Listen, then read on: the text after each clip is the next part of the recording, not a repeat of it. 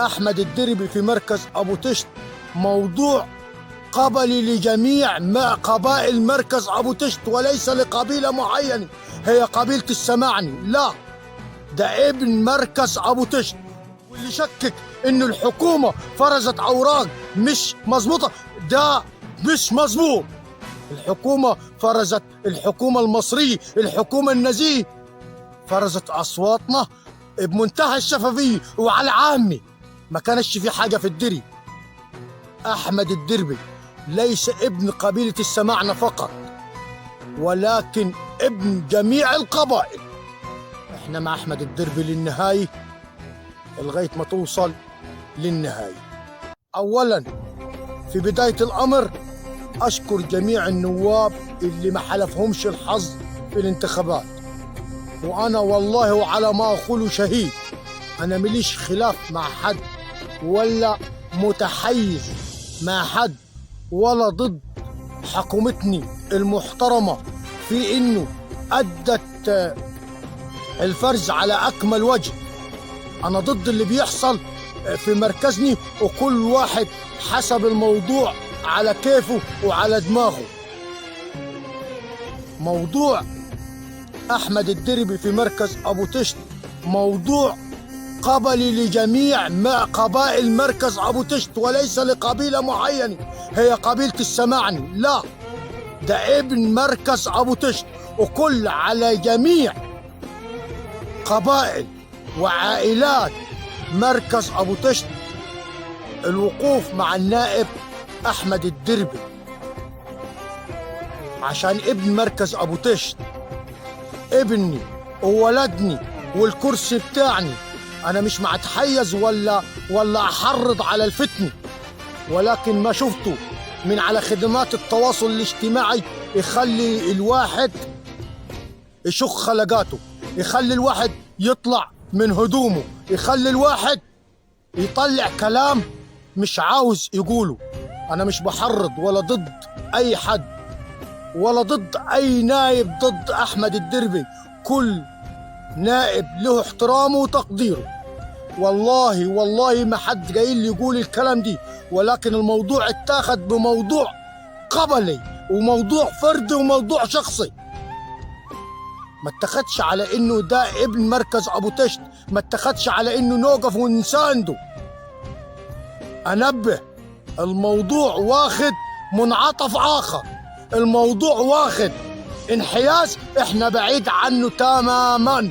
احنا مش هنحرض على الفتن ومش هنحرض على الخراب تحت اشراف واداره حكومتنا المحترمه، الحكومه النزيه، الحكومه المصريه، الحكومه الشريفه اللي فرزت الاصوات بمنتهى الشفافيه ومنتهى النزاهه. واللي يشكك في الكلام دي يبقى راجل مش كويس، واللي يشكك انه الحكومه فرزت اوراق مش مظبوطه، ده مش مظبوط.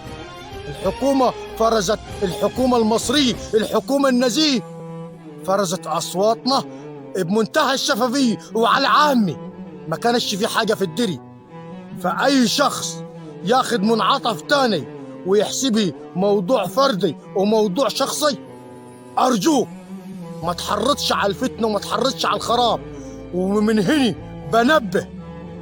بنبه على مركز ابو تشت بقبائله، بعائلاته، بشبابه، بشيوخه، بعمده، برجاله، بنسائه، الوقوف والمساندة مع النائب أحمد الدربي، إذا كانش لشخصه لمركز أبو تشت عشان ده ولدني، إذا ما كانش شايفه عشان ابن السمعني، أنا شايفه ابن العائلات كله، وشايفه ابن القبائل كله.